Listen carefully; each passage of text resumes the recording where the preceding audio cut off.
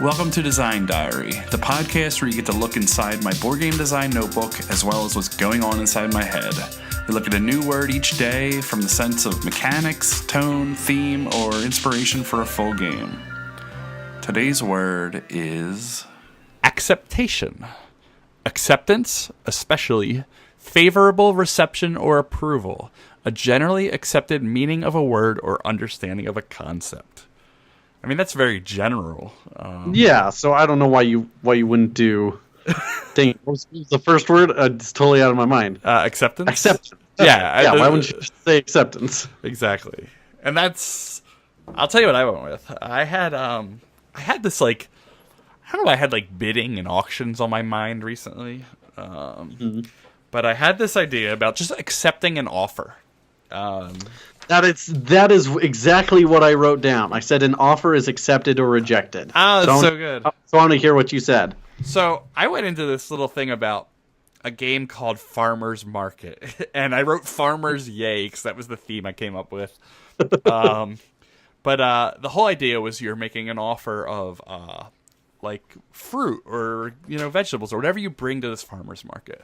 And I had this cool idea of, and I think it's cool, I don't know, it's just very it's very abstract, where you have like a 4x3 grid in front of you of tokens, and the tokens are all different vegetables and fruit, and you're arranging them so the front row is what you're offering on your turn.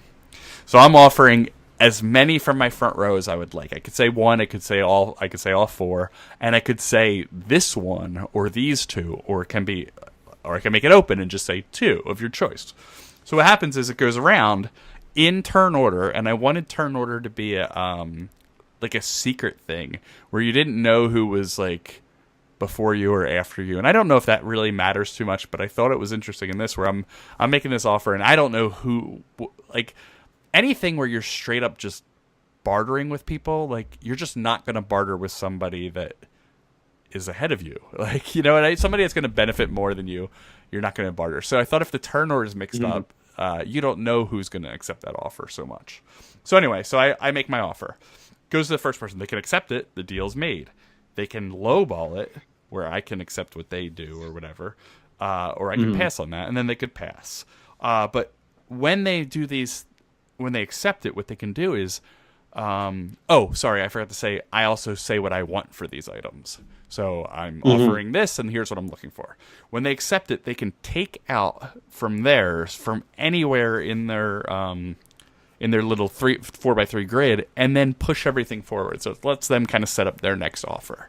When they lowball it, they can only take out certain ones. Like there's a restriction when you lowball, and then when they pass, they can simply just like take one out and move one up. Kind of lets them take a turn to rearrange a little bit. Meanwhile, there's these little customer cards out that if nobody takes your offer, you get a customer automatically, which is great. And the customers are also looking for certain combinations, kind of like almost like a Candy Crush, like a row or a box. Okay, yeah, or patterns. Like that. Yeah, exactly. So they're looking for that. So if anybody makes those combinations, they immediately like take a customer. So everybody's kind of invested in every offer because they can kind of shift their thing if they, if they're part of it, or if they pass, they can shift it slightly.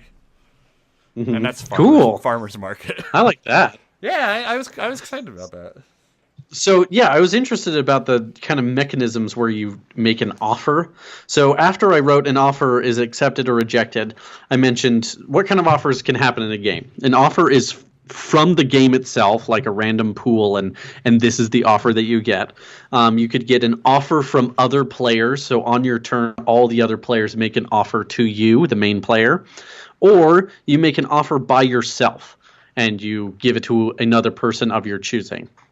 And so the scene from a movie that I'm specifically thinking about is Moneyball, even though this doesn't necessarily have to do with negotiation. Okay. But Brad Pitt's character is asked how much money he would make since he was offered the general manager job at the Red Sox, and so he writes down the number and he slides it over to his friend when like they're talking to each other. He could have just said it out loud. There's no reason for him to write down a number. It's just and so Jonah much Hill, more baller. Oh yeah, Like... so much more dramatic. And so Jonah Hill picks it up and reads it and says, "You would be the highest paid general manager. You would be the highest paid general manager in the history of sports."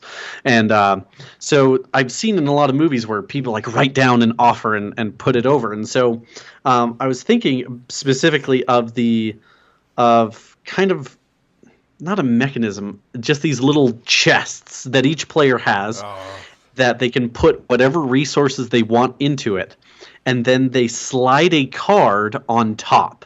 And that kind of covers the offer, and the card itself is part of the offer. It's too. And so you can slide those to people. So you can make these kind of secret offers to other people that aren't specifically just on a card. So what's interesting is the card face up or face down? It's face down. Because I was thinking of it face up, which would entice me to do the offer.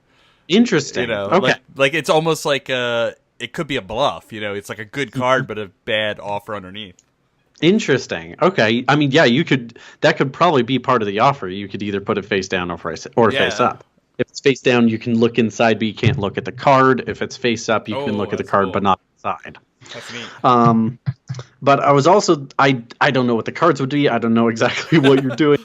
But I did mention that that you could also do it where it's freewheeling, where you have all the supplies in the chest, but you write down the instructions that you want. So literally like that meeting where you write down a number and then you slide it over to someone.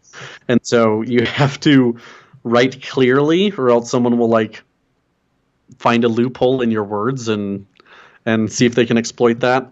But that was all I had. You had a specifically cool setting. Mine was, I mentioned treasure chests at one point, but that's about I thought it. My setting was terrible until it actually got going. Like farmers, I wrote "yay!" exclamation point, and then I made a frowny smile on my notebook. I mean, I imagine the pieces would be so cute. Yeah, just like and I started wooden apples, wooden carrots, all that kind of stuff. I was doing it with cards just as I was writing it, and I was like, no. I grabbed a whole bunch of just like random chits I had, and I was like, yes. You mentioned games where everybody's offering to you. Can you think of any? I'm trying to think, because I feel like that like center of attention with everybody like calling for you is really interesting, and I can't even think of anything. I played I'm the Boss, and I think I haven't played that, but I know about it. Where one person lands on a kind of like offer, a certain amount of money that they need to split. And so it seems like that person is in power in some way, but in this case, other people would be coming to me with their exactly money in exchange for something. So, like I've been looking into a lot of negotiation games recently, like Tigers in the Euphrates or Sidereal Confluence and all that kind of stuff, Empires, and like negotiation is something that I definitely want to look more into because I think it's super cool. I don't think I could ever pass up a game with a treasure chest of of any sort. Yeah.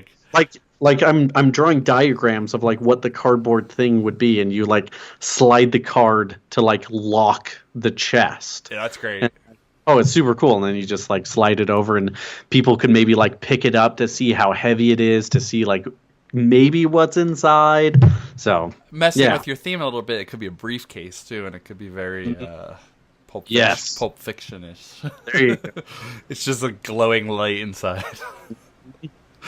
I mean, that'll up the price point. I think it'll be worth that. That's true. All right, cool. That was fun. All right. Yeah. We will do this again. All right. Talk to you later. See ya.